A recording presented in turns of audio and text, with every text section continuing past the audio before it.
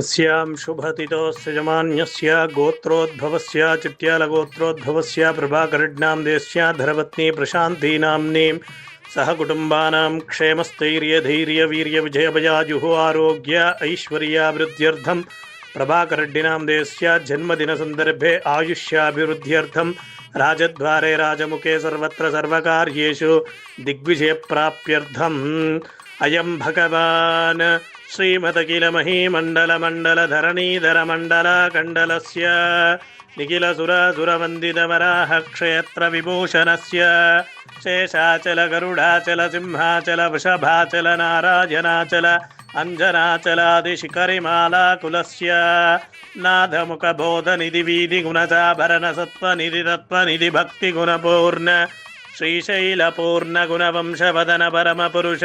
कृपापूरविभ्रमदतुङ्गशृङ्गगलर्घनगणगङ्गा समालिङ्गितस्य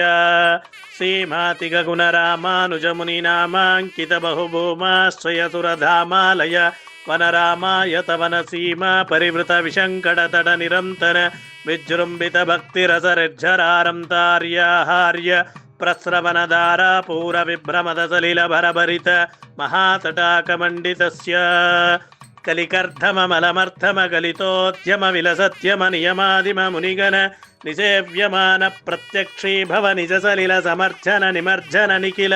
पापनाशन पापनाशन तीर्थ ध्यासितस्य मुरारिसेवक जरादिपीडित निरार्थिजीवन निराश भूसुर वराति सुंदर सुरांगनारति करांग सौष्ठव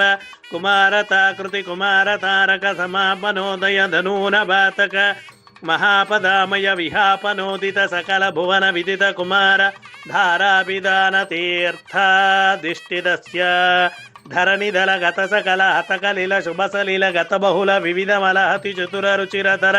विलोकन मात्र विदलित विविध महापातक स्वामी पुष्करणी समेतस्य नित्योत्सव भक्षोत्सव मासोत्सव संवत्सरोत्सवादि विविधोत्सव कृतानंद श्रीमदानंद निलय विमानवासः सततपद्मालया पदपद्मरेणु संचित वक्षस्थलवटवासः श्रीभूनील अलवेल मंगा समेत श्री श्रीनिवासः सुप्रीतः सुप्रसन्नो विजयताम् शतमानं भवति शतायुः पुरुषः शतेन्द्रिय आयुष्येवेन्द्रिये प्रतिष्ठति रोचनो रोचमानः शोभनः शोभमानः कल्याणः।